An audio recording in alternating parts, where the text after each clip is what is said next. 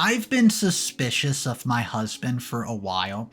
He's been just hanging out at the neighbor's house, and there's something about it that gives me a giant red flag. Well, I find a very incriminating evidence on his phone, and you guys will not believe what I find. Let me tell you exactly why my husband is now dead to me. My husband has suddenly taken an interest in knowing about the marital peace of our neighbor, whom he cared about never. I'm a single woman who wishes not to be free but to wreck my husband's life in the process. One of the mistakes I've made in life is getting married to my husband, Harrison. Harrison was from an average home, and his father did his best to make him useful. After acquiring his college degree, he found it difficult to secure a job, so his father decided to get him to work in his little business, and this was a move his father would live to regret, as Harrison saw it as a means to live big. He embezzled his father's money, and his father knew about it, but being the only son he had, his aim was geared towards Harrison getting married.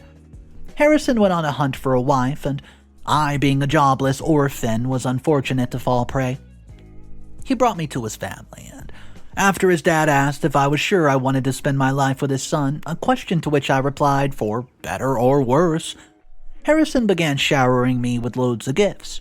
I did not have the faintest idea that he had taken a huge chunk of the money that his father intended to use to buy goods, and I felt like the luckiest girl in the world. Problems, however, started unfolding on the very day of our marriage. It was a moderate ceremony, but this was not what I was expecting or what was even planned. I was surprised and somewhat disappointed because every girl wants a Disney wedding. Harrison, who knew this, apologized that some urgent matters came up and he had to make some adjustments to the things planned for the wedding. He noted, however, that everything was geared towards making us very comfortable after the wedding. I didn't fully understand his explanation as a comfortable life after our wedding, because we were to live with his family, but all the same, I was not going to call off the wedding on the wedding day, so I proceeded. The greatest shock so far, has came when I discovered that my in-laws were not present on my wedding day. I scanned for them with my eyes throughout, but they were nowhere to be seen, so I asked Harrison, who was not bothered about his family's absence at our wedding, about them, but he simply said that they were likely held up in traffic. The ceremony came to a close and they had not shown up yet, and we then left the venue and began making our way to an apartment that Harrison rented, and I knew then that, quote, being stuck in traffic was trash. I suspected his family's absence at the wedding was intentional, and they may have been a fallout between my husband and his family. We spent our wedding night doing nothing. I wasn't willing, and I visited my in-laws the next day to find out what happened. Although my in-laws gave me audience, they were not as warm as the first time I've met them. I discovered that Harrison was the problem. His father told me that Harrison had made some sales in his business, and when he was asked about the money, he claimed he was using it to plan his wedding. His move badly affected his father's business, and his father disowned him on the spot, demanding that none of his siblings associate with him. Well, I pleaded on my husband's behalf, but it was like pouring water on a stone. It makes no impact. I confronted my husband at home, and he had started our wedding with lies, and there's no way that he would have used the money for our wedding, as most of the wedding plans were canceled. It was clear that he had probably squandered the money on something else.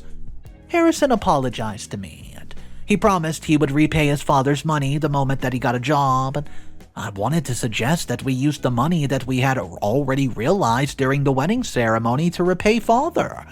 But if we did that, we would end up broke faster than anticipated, so I decided against it. That was how I became estranged from my in-laws. Well, time goes by, right? And my husband and I, we were gradually running dry, and if not for the way that he had dishonored his father, we would probably have been in his family's house and not wasting the little resources that we had to pay rent. Luck, though. Luck shone on us when a construction company was recruiting workers. Harrison applied. He was picked. The construction company provided staff quarters for their workers to live with their families, and this was a timely job as our rent was already due, and we got into the quarters and we were received warmly by the neighbors. I was okay with everyone except for Mr. Miller and his wife Evelyn. I felt she was very egotistical. My husband and I always found time to talk down on them during our conversations, and he noted the man was just like his wife because they both shared the same workstation. They were responsible for keeping the warehouse, which contained the building materials used in construction. 3 months after my husband got the job, things began changing drastically.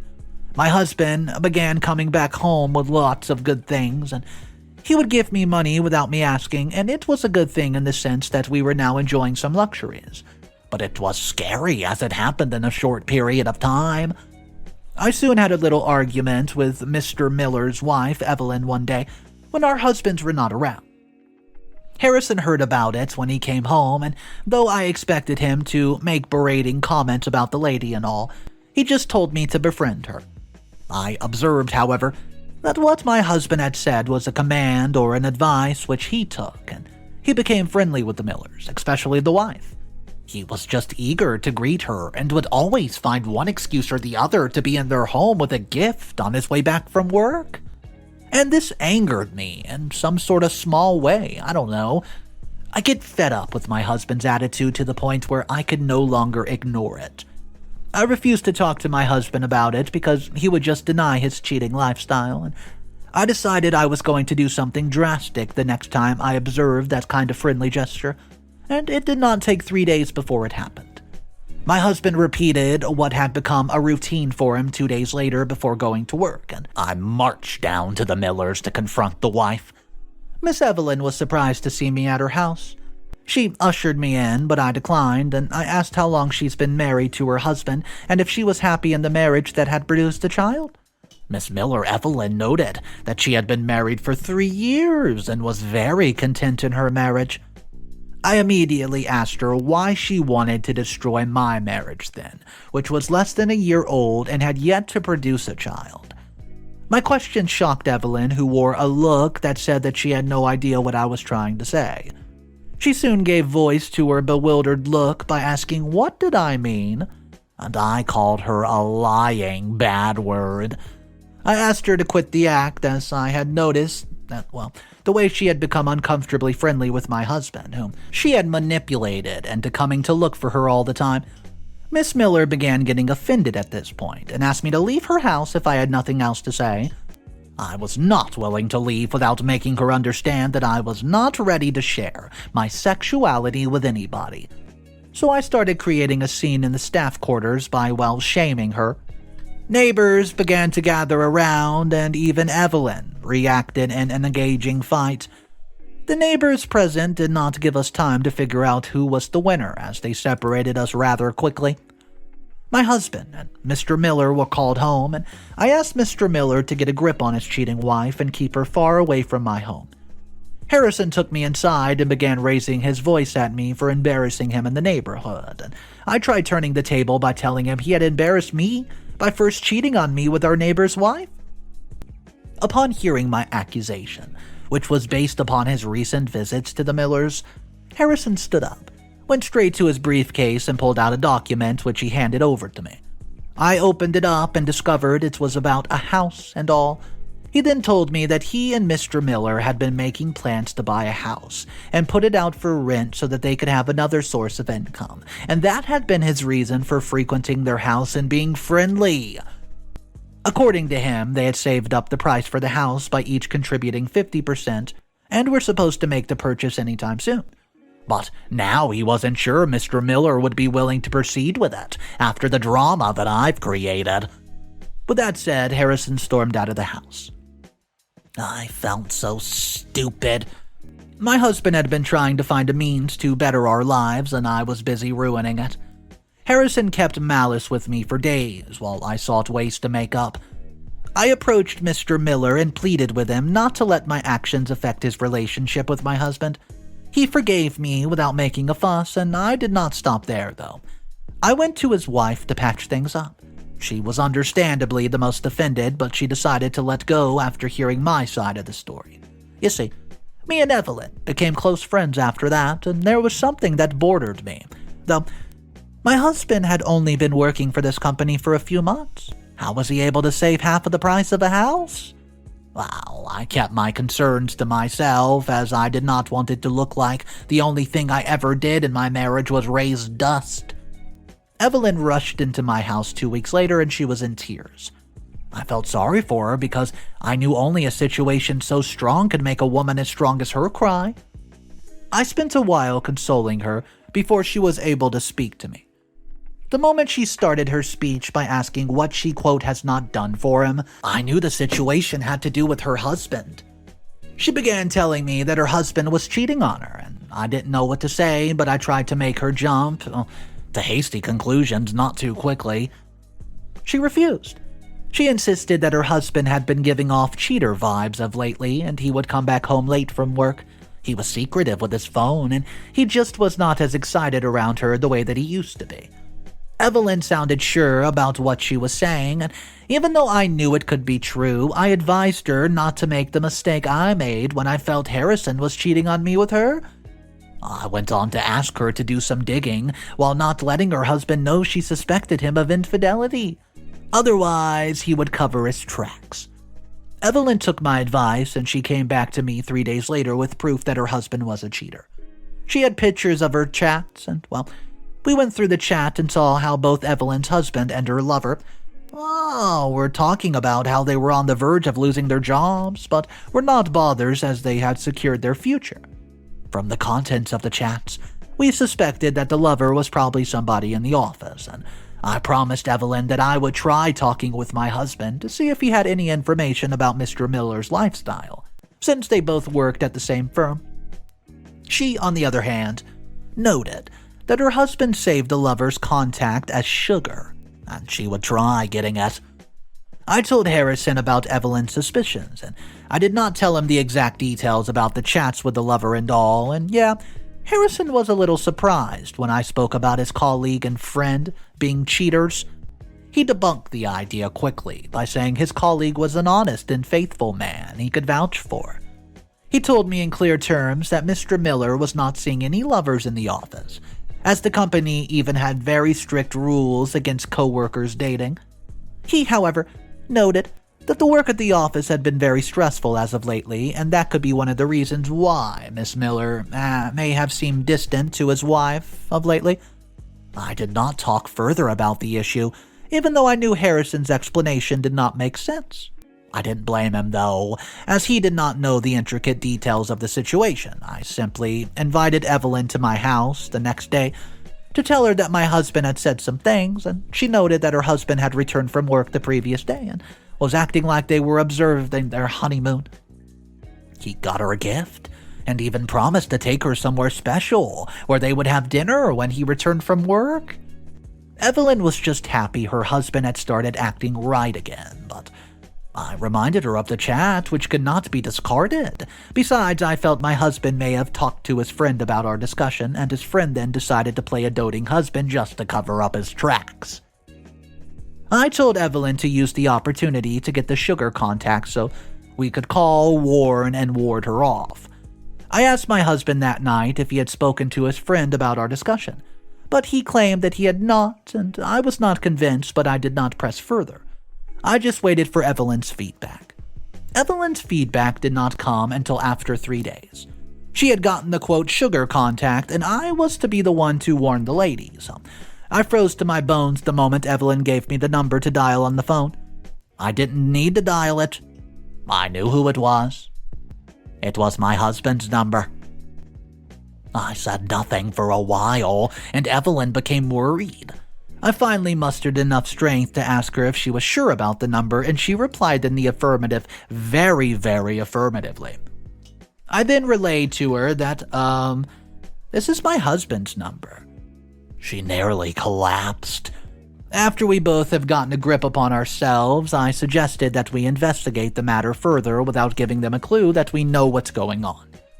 Evelyn promised to do so, and see, Harrison came back home, and it took me every ounce of strength not to, jump out of myself like I was ignorant of his business. What hurt me is not that my husband was a bisexual man. No, I'm not really mad about that. My anger was that he was cheating on me, obviously, and the pain would not have felt less even if it was a woman. I needed to know what the initial chats were, and he and Mr. Miller talked about and having secured their future meant. So I put my anger, hurt, and grief aside to give my husband a wonderful treat that night. He got to bed early, and from his snoring I could tell that he was in deep slumber. I began snooping on his phone, and I had a better understanding of what was going on. He had sent a message to Miller and informed him about his wife's suspicions, and the whole lovey-dovey treat that Mr. Miller had given to his wife Evelyn was a suggestion and my husband had made. Besides the fact that he was engaged in an intimate relationship with his coworker, they were both selling some construction equipment owned by the company, and part of the money was that they were planning on using to buy the house, which they would put on lease. This was the secure future that they were talking about, besides other little business ventures they wanted to get into, and Harrison now asked me about the situation with Evelyn and her husband, and I know this is his way of keeping tabs on things, so I would always give him answers that would make him and his lover feel at ease. Update number 1. Hey guys, I'm back again. So, I'm in a dilemma. I've been feeling sick for some time, but I did not attach much meaning to it as I felt it was something an aspirin could deal with. The situation became disturbing when I began running a temperature, and I know you already know where I'm going with this. Yes, I'm pregnant. And that's the problem. I don't think I'm ready to welcome a child into this world with Harrison, who I just found out is not just a serial cheater, but a criminal, whose appetite for fast wealth made him defraud his company. I had thought about keeping the pregnancy from him, but Evelyn said that he had a right to know as he had equally had the responsibility towards the child. So, I told Harrison when he returned from work that we would be adding to the family, and he did not find it funny. He began talking about how he and some other folks have been wrongfully accused at work as regards of some missing equipment, which cost a lot. According to him, the matter had been investigated, and though they could not find any concrete evidence to nail or attach the missing equipment to him, he was made to pay for it all as it was his duty to safeguard the warehouse where the equipment was kept. According to him, 70% of his salary would be taken away for the next few months until the cost of the equipment was covered, and the management could decide to fire him or not. He then went ahead to go ask me to get rid of the baby, as it was a bad time to get pregnant. To add insult to injury, he said I should not come close to him until I've gotten rid of the child. My question is this. Did he know it was a bad time to get pregnant when he was busy getting intimate with me without a birth control measure in place? Besides, he was just telling me a half-truth about what was truly going on at his workplace. And this was because I told him I was pregnant. I knew he, in conjunction with Evelyn's husband, had stolen and sold the equipment of which they were being accused. I did not argue further with him. I just started weighing my options. Well, getting rid of a baby has its risk, and it isn't something I'm willing to bear, but I did not have a lot of suitable options. I did not have a job, and it's clear that this marriage is headed for the rocks. I was already planning on getting out of the marriage before the discovery of the pregnancy. If I kept this child, it simply meant I would be on my own. Well, getting rid of the baby seems like the best option, so I told Evelyn the outcome of my decision with Harrison and my, getting rid of the baby decision. She advised me to go to my in-laws, who probably did not want to see me, and tell them that I was carrying their grandchild. She said if they promised to support me, then I could keep the child, but if they still did not want anything to do with me, their son or grandson, I should go ahead and get rid of the baby. As being a single mom, has no family, and a job was no child's play at all. I'll be going to see my in-laws soon. Update number 2. I'm in serious pain this morning as I make this post, and this is not as a result of the pregnancy morning sickness. It's a result of severe beating I received last night from my husband Harrison. His malice with me continued ever since the day he asked me to get rid of the child. And though I decided to see his family to tell them about the situation, I did not have the financial means to make such a journey, as Harrison had purposely made sure I had nothing. I wanted to ask Evelyn for money, but I did not want my husband to find out she was aware of the situation. As Harrison had equally warned me, to tell no one about it, even though I would not be surprised if his lover knew already. The only way I could make that journey was to lie to him and say that I wanted to go to get rid of the baby. Needed some money to cover the fee. So, I lied to him. I lied to him. I got the money and then made my way to this parent's home. The moment my father-in-law saw me, he said he knew I was probably in his house because there was trouble in paradise. I broke down in tears and told my in-laws all that had happened. My in-laws did feel a bit of pity for me. My father-in-law said that they were willing to take me in and support me if I kept the child. It was the closest thing to the love of my family that I felt in a long time. So, I got back to the house and Harrison asked if I had gotten rid of the pregnancy, and I knew all hell would break loose if I told him the truth, but I couldn't lie. The pregnancy had been, gotten rid of because it would show soon enough. I told him I had not yet done it, and he asked me when it was scheduled to take place. I told him I was going to keep the child, and he said it meant I was ready to take responsibility for it, and I lost my cool and called him shameless for failing to do something that his parents were willing to do for him. Mistake.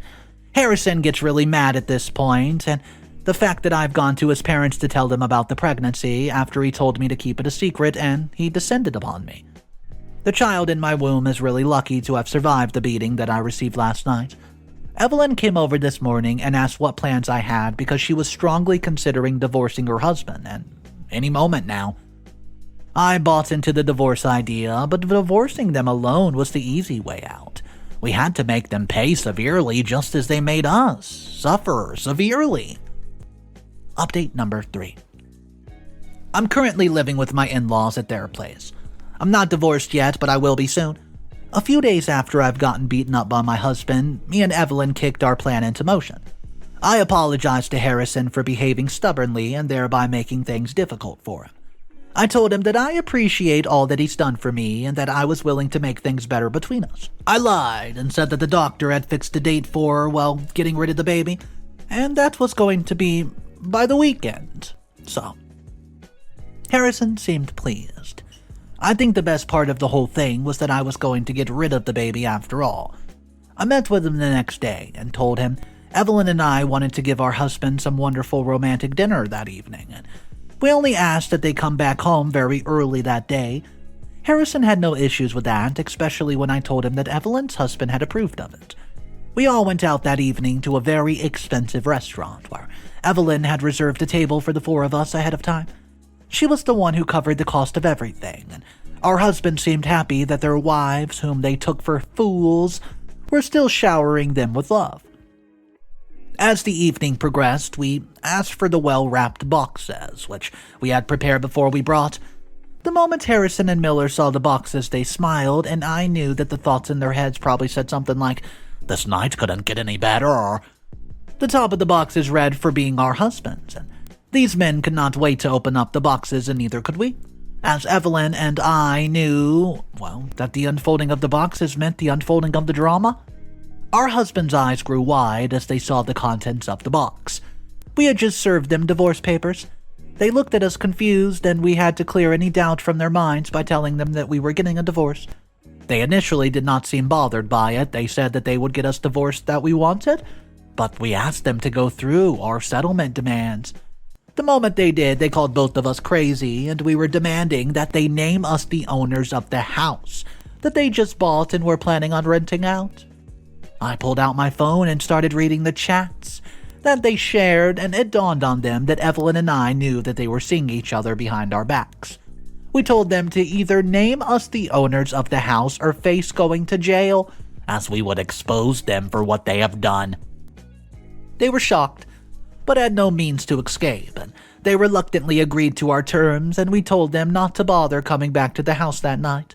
They could only come back after we've moved out the next day. Evelyn's currently at her family house with her 2 kids, while I'm still at my mother-in-law's house. The drama is far from over, and Harrison and his lover have yet to pay. Update number 4. Hey, I'm currently divorced, though I have a little business of my own. Harrison and his lover, however, are rotting in jail. After I returned to my in-laws' place the next day, the divorce proceedings started. Evelyn and I were not willing to take the house as it was bought with money that was embezzled, and we had recorded our conversation with our husbands and we planned on exposing them to the law. We knew that once the investigation was started, We would lose the house because any property that was acquired with the money laundered from the company would be confiscated.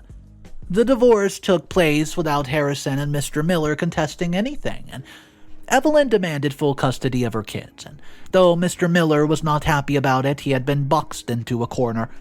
Harrison, on the other hand, did not discuss the custody issue. After all, he had wanted nothing to do with the child in the first place. The judge demanded that he pays a weekly child support fee, as I did not have a job yet.